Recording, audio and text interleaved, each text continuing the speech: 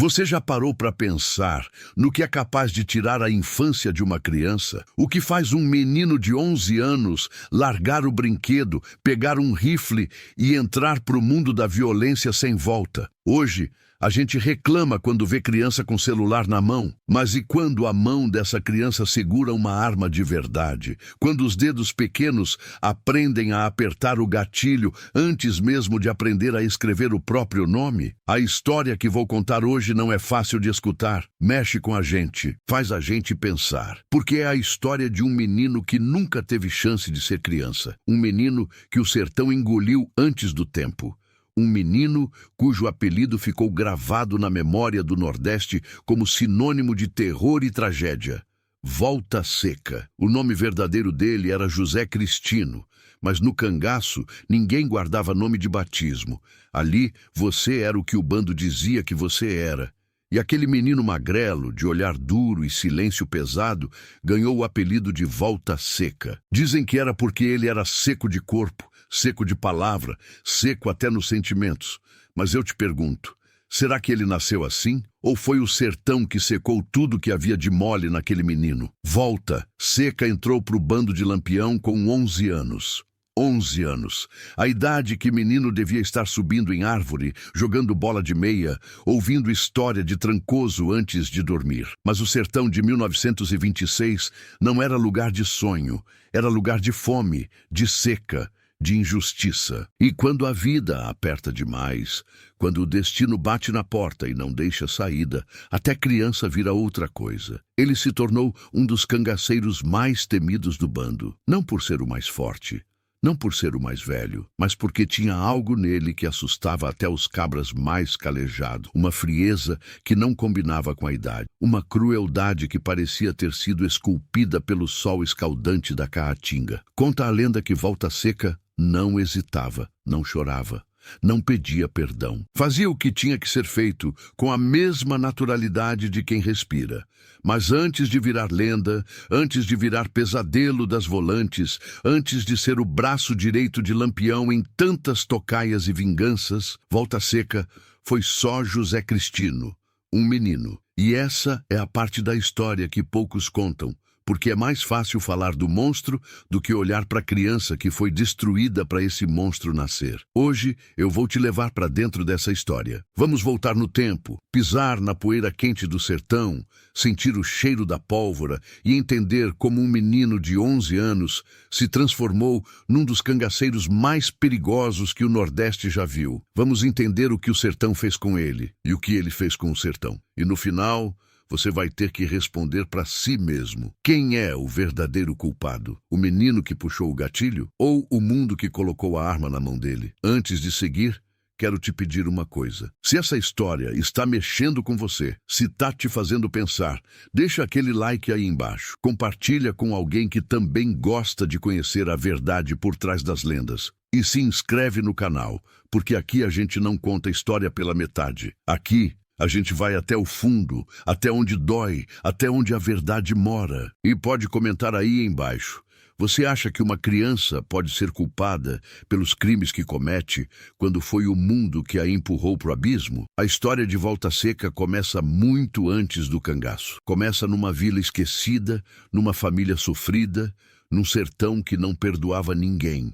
E é por aí que a gente vai começar. José Cristino de Oliveira nasceu em 1913, no município de Mata Grande, Alagoas. Um pedaço de chão esquecido por Deus e pelos homens, onde a seca chegava antes da chuva, e a fome era a companheira mais fiel que qualquer pessoa. A família dele era pobre. Não aquela pobreza de quem passa dificuldade, não. Era a pobreza de quem acorda sem saber se vai ter o que comer. A pobreza que ensina a criança a não reclamar, porque reclamar não enche barriga. O pai de José Cristino trabalhava na roça alheia, carpindo terra que não era dele, plantando comida que não ia comer, quebrando o corpo debaixo do sol para ganhar uma miséria que mal dava para comprar farinha. A mãe fazia o que podia, costurava, lavava roupa, rezava. Porque no sertão, quando não tem mais nada, sobra a fé.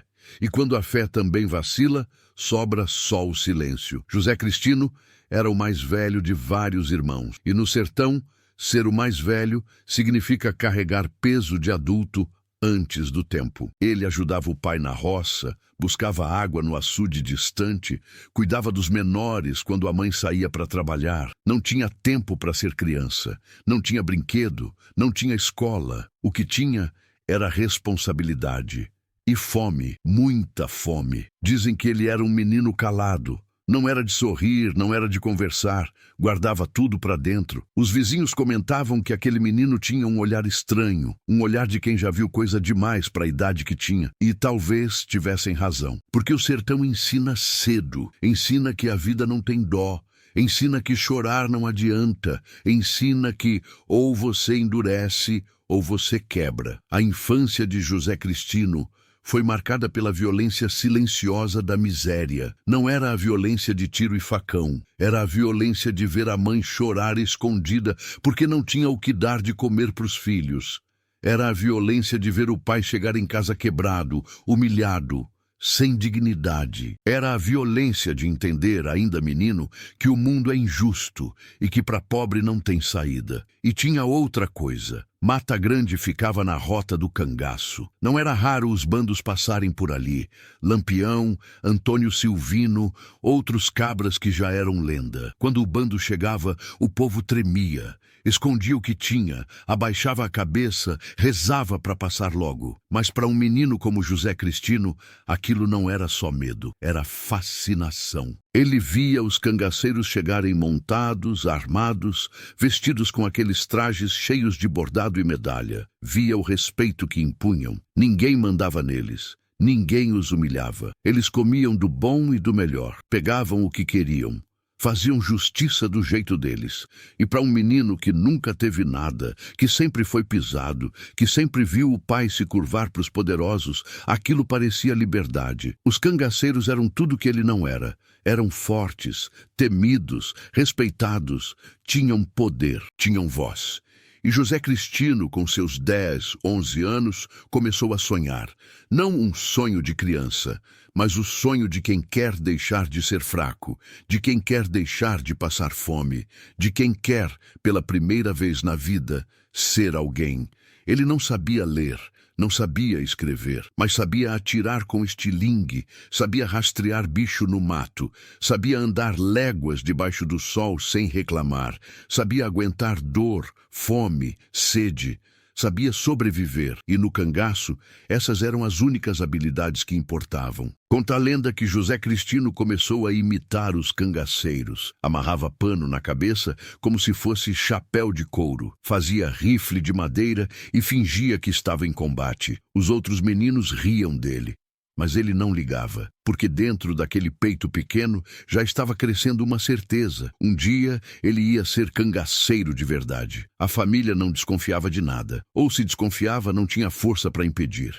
Porque no sertão de 1924, o destino de cada um já estava escrito na poeira. E o destino de José Cristino estava selado, desde o dia em que ele nasceu sem nada. Num lugar onde não ter nada significa não ser nada. Ele ainda não sabia, mas faltava pouco. Faltava pouco para o encontro que ia mudar tudo. Faltava pouco para o dia em que José Cristino, o menino magro e calado de Mata Grande, ia virar Volta Seca, o cangaceiro mais jovem e mais temido do bando de Lampião. O ano era 1926. José Cristino tinha acabado de completar 13 anos, mas parecia ter menos. Era magro, pequeno, o corpo marcado pela desnutrição crônica do sertão. Mas o que faltava em tamanho, sobrava em determinação. E foi naquele ano que o destino bateu na porta dele. Ou melhor, foi ele quem correu atrás do destino. O bando de Lampião estava acampado nas proximidades de Mata Grande. A notícia correu feito rastilho de pólvora. O rei do cangaço estava ali, a poucos quilômetros, com seus cabras, suas armas, sua fama. Para a maioria das pessoas, Aquilo era motivo de pavor. Mas para José Cristino, era a oportunidade que ele esperava desde menino. Ele não pensou duas vezes, não avisou a mãe, não se despediu dos irmãos, simplesmente pegou o pouco que tinha, amarrou num saco de pano e saiu andando. Ia atrás do bando, ia pedir para entrar, e não ia aceitar não como resposta. Caminhou horas debaixo do sol. Os pés descalços sangravam nas pedras do caminho, a fome apertava.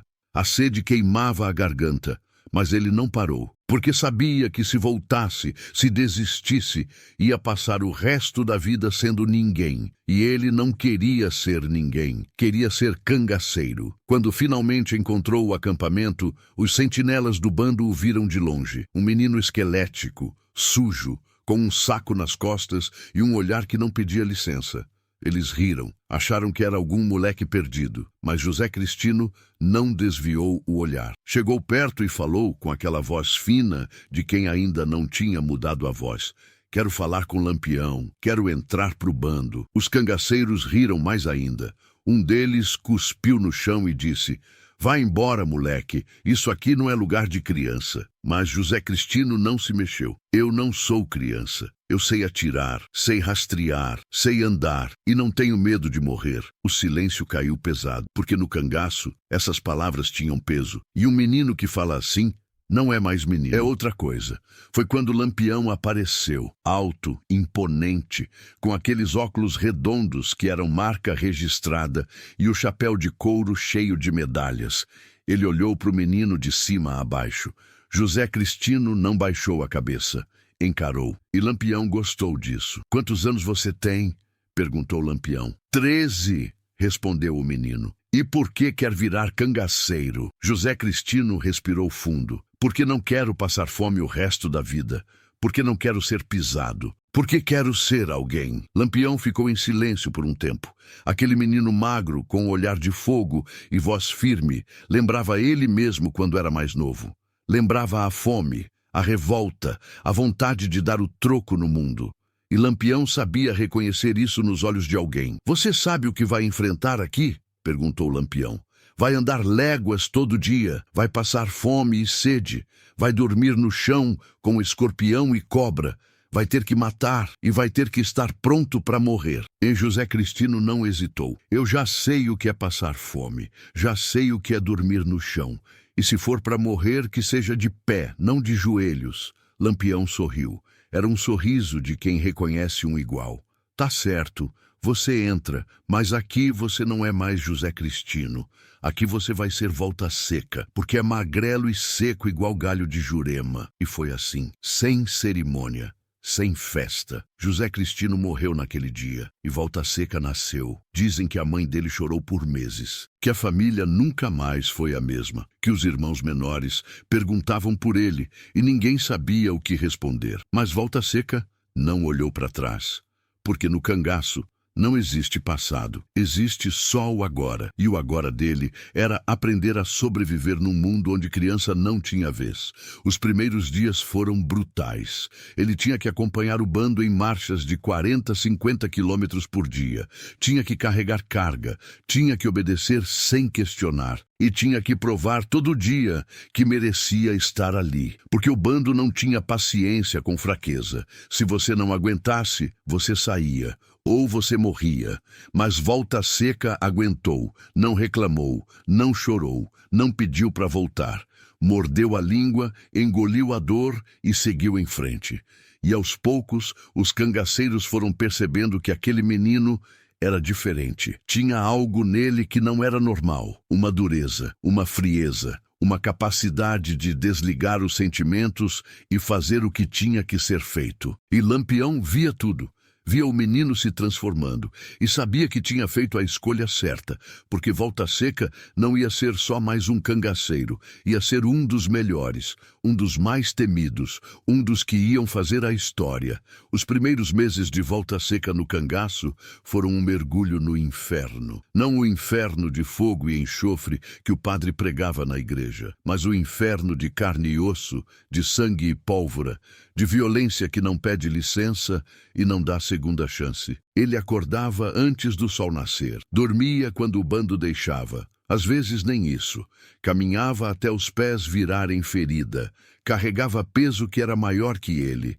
E se reclamasse, se fraquejasse, os outros cangaceiros não tinham pena. Davam tapa na nuca. Xingavam. Lembravam que ali não era lugar de moleque chorão. Mas Volta Seca não chorava. Não pedia ajuda. Não mostrava fraqueza. Apertava os dentes, engolia a dor e seguia, porque sabia que se mostrasse um pingo de medo, um sinal de arrependimento, ia ser expulso. Ou pior, ia virar motivo de piada. E ele não tinha entrado no cangaço para ser humilhado de novo. O batismo de fogo dele aconteceu num ataque a uma fazenda no interior de Sergipe. O dono era um coronel conhecido por maltratar os moradores de terra, por roubar a colheita do povo e por mandar matar quem reclamasse. Lampião tinha recebido uma denúncia e decidiu que era hora de fazer justiça. Na noite do ataque, Volta Seca estava tremendo. Não de medo. Era a adrenalina, era a expectativa, era a certeza de que depois daquela noite ele não ia ser mais o mesmo. Lampião olhou para ele antes de dar o sinal e disse: "Hoje você vai aprender o que é ser cangaceiro de verdade. Não é só andar e carregar peso, é apertar o gatilho quando tiver que apertar, é não hesitar, porque se você hesitar, é você quem morre." O ataque foi rápido e brutal. Os cangaceiros invadiram a fazenda de madrugada. Os jagunços do coronel tentaram reagir, mas não tiveram chance.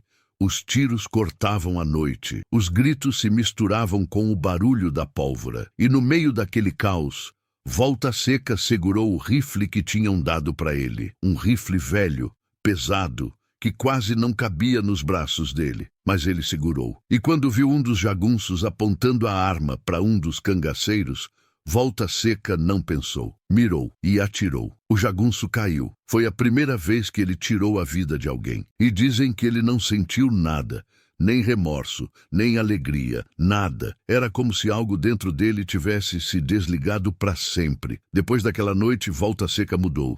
Os outros cangaceiros começaram a respeitar. Lampião deu um sorriso de aprovação. E o menino que tinha chegado magro, calado e perdido, começou a ganhar fama. Porque ele não hesitava, não perguntava, não questionava. Mandavam matar, ele matava. Mandavam invadir, ele invadia. Mandavam ficar de sentinela a noite toda. Ele ficava sem pestanejar. Mas o que mais assustava não era a obediência, era a frieza. Volta Seca não demonstrava emoção, não comemorava vitória, não lamentava derrota. Fazia tudo com a mesma cara de pedra, o mesmo silêncio, a mesma indiferença. E isso deixava até os cangaceiros mais velhos desconfortáveis. Porque um homem com raiva você entende, um homem com medo você entende, mas um menino que não sente nada, isso é assustador. Com o tempo, Volta Seca foi ganhando confiança de Lampião. Participava das tocaias mais perigosas. Era escolhido para missões que exigiam coragem e sangue frio. E sempre entregava resultado. Sempre voltava vivo. Sempre cumpria o que prometia. Dizem que numa dessas missões, Lampião mandou Volta Seca executar um traidor, um homem que tinha delatado a posição do bando para as volantes e quase causado a morte de vários cangaceiros. O traidor implorou, chorou, pediu perdão, mas Volta Seca só olhou para ele, sem piscar, e disse: "Traidor não merece perdão, merece bala", e atirou, sem hesitar, sem tremer a mão. Aquele menino que tinha saído de Mata Grande com um sonho na cabeça não existia mais. No lugar dele, tinha nascido um cangaceiro. Um cabra frio, calculista, implacável. E o sertão olhava para ele com uma mistura de medo e respeito, porque Volta Seca era a prova viva de que o cangaço não tinha idade, não tinha infância, tinha só sobrevivência. E aos poucos, o nome dele foi se espalhando. Volta Seca, o menino cangaceiro. Volta Seca, o braço direito de Lampião. Volta Seca, o que não tinha dó nem piedade. O sertão ia aprender a temer aquele nome. E ia aprender que, às vezes, os monstros mais assustadores são aqueles que foram crianças um dia. A fama de Volta Seca cresceu mais rápido que ele mesmo. Enquanto o corpo continuava pequeno, magro, quase frágil, A reputação dele se espalhava pelo sertão como fogo em capim seco. E as histórias que contavam sobre aquele menino cangaceiro eram de arrepiar. Diziam que ele era cruel, mais cruel que os cangaceiros adultos. Porque adulto ainda tem algum resquício de humanidade, alguma lembrança de quando foi gente de bem. Mas Volta Seca não tinha. Ele tinha entrado pro cangaço criança e aprendido tudo ali. Não sabia ser de outro jeito, não conhecia misericórdia, não entendia perdão. Uma das histórias mais contadas no sertão era a do fazendeiro de Paulo Afonso. O homem era conhecido por chicotear os trabalhadores, por abusar das mulheres e por se achar dono do mundo. Quando Lampião soube, mandou Volta Seca resolver. E Volta Seca resolveu do jeito dele. Chegou na fazenda de madrugada, sozinho, não levou o bando, não precisava. Invadiu a casa, acordou o fazendeiro e disse: "Você vai pagar por cada chicotada que deu, vai pagar por cada lágrima que fez cair." E dizem que foi implacável, que fez o homem sentir tudo que ele tinha feito os outros sentirem. E quando terminou, deixou o corpo na frente da casa como aviso, como lição, como lei do sertão. A história correu. E o medo também. Porque se um menino era capaz daquilo, imagina o que o bando inteiro podia fazer. As pessoas começaram a falar de Volta Seca como se ele fosse uma assombração, como se não fosse humano, como se fosse a própria vingança do sertão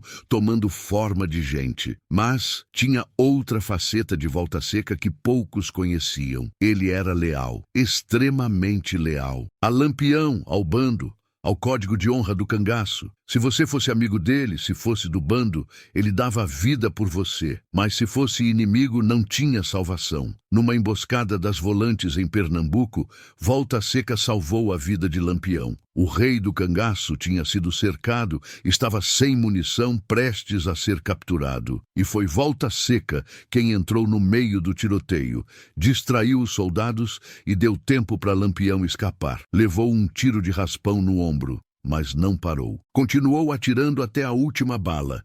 Depois daquele dia, Lampião passou a confiar nele mais do que em qualquer outro cangaceiro. Volta Seca virou braço direito, virou conselheiro, virou o homem que Lampião chamava quando precisava de algo difícil, perigoso, definitivo. E Volta Seca nunca decepcionou. Mas a fama tem seu preço. As Volantes começaram a colocar recompensa na cabeça dele. Queriam Volta Seca quase tanto quanto queriam Lampião. Porque sabiam que enquanto aquele menino estivesse vivo, o bando tinha um soldado implacável. Um que não se rendia. Um que não tinha medo de morrer. E o povo? O povo tinha sentimentos divididos. Alguns viam Volta Seca como herói, como justiceiro, como aquele que punia os coronéis, os tiranos, os poderosos que pisavam nos fracos. Outros viam como demônio, como criança perdida que virou instrumento do mal, como prova de que o cangaço destruía tudo que tocava, até a inocência. As histórias sobre ele se multiplicavam. Diziam que ele conseguia rastrear um homem só pelo cheiro, que atirava no escuro e não errava, que tinha um sexto sentido para sentir perigo, que era protegido por alguma entidade do sertão, porque nenhuma bala conseguia acertar ele direito. A verdade, Volta Seca era só um menino que aprendeu a sobreviver, que desenvolveu instintos aguçados porque precisava, que se tornou frio porque a alternativa era enlouquecer, e que carregava no peito uma raiva silenciosa de tudo que a vida tinha tirado dele, da infância, da família, do direito de ser criança. Ele não falava sobre isso. Não falava sobre nada. Continuava calado, sério, fazendo o trabalho dele. Mas às vezes, quando o bando acampava e os outros dormiam, Volta Seca ficava acordado olhando o céu. E quem via de longe jurava que via uma lágrima descer. Uma só. Rápida, como se fosse o último resquício de humanidade que ainda sobrava nele. Mas de manhã, quando o sol nascia e o bando voltava para a estrada, Volta Seca era o mesmo de sempre. Duro, seco, implacável. O menino cangaceiro que o sertão aprendeu a temer e que a história nunca ia esquecer. Todo cangaceiro sabe que o fim vai chegar. Não é questão de se, é questão de quando. Pode ser numa emboscada, pode ser traído por um coiteiro, pode ser numa tocaia das Volantes, mas o fim sempre chega. E com Volta Seca não foi diferente. O ano era 1938. Lampião e Maria Bonita tinham sido mortos na Grota do Angico. As cabeças deles tinham sido cortadas e expostas como troféu. O cangaço estava sangrando, os bandos se dispersando. A era dos cangaceiros estava chegando ao fim, e Volta Seca sabia disso. Ele tinha 25 anos, mas parecia ter 50, o corpo marcado por cicatrizes, o rosto envelhecido pelo sol e pela violência. Os olhos ainda duros, mas com um cansaço que não tinha antes. Ele tinha passado 12 anos no cangaço. Tinha entrado menino e agora era homem. Mas que tipo de homem? Um que só sabia matar, um que só conhecia a estrada, um que não tinha mais lugar no mundo. Depois da morte de Lampião, Volta Seca tentou manter o bando unido, tentou continuar a luta, mas não era o mesmo.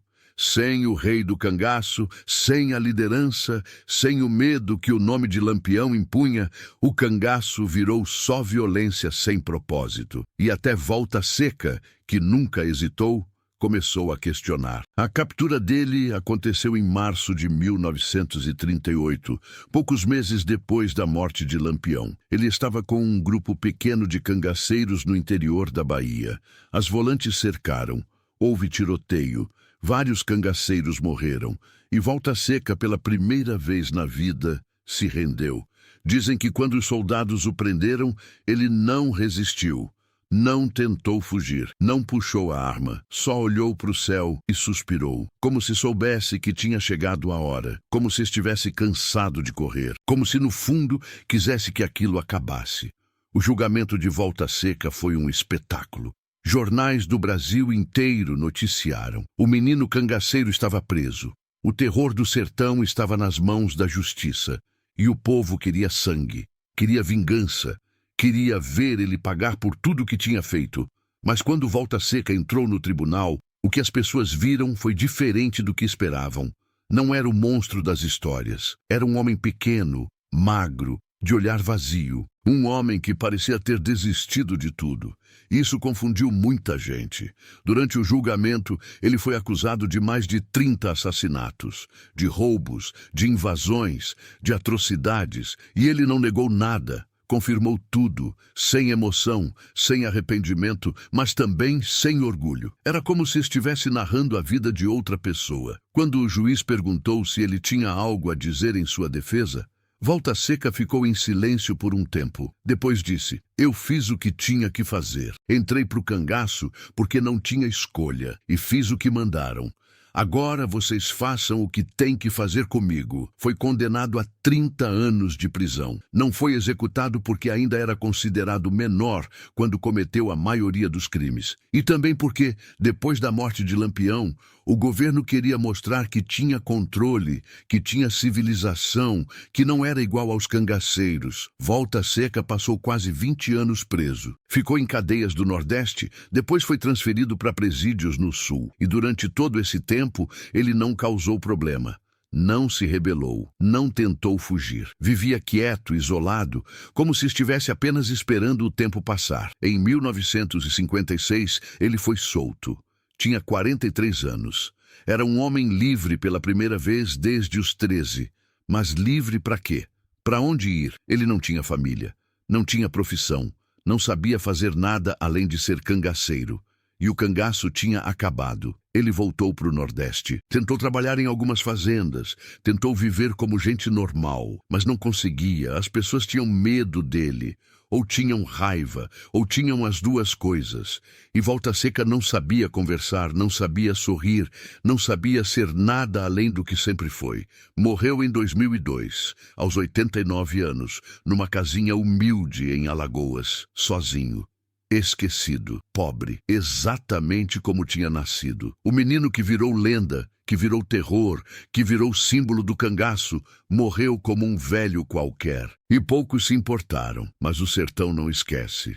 Até hoje, as pessoas contam as histórias de Volta Seca, do menino que entrou pro cangaço com 13 anos, do cangaceiro mais jovem e mais temido, do homem que nunca teve infância. E quando contam, sempre terminam com a mesma pergunta: ele foi vilão ou vítima?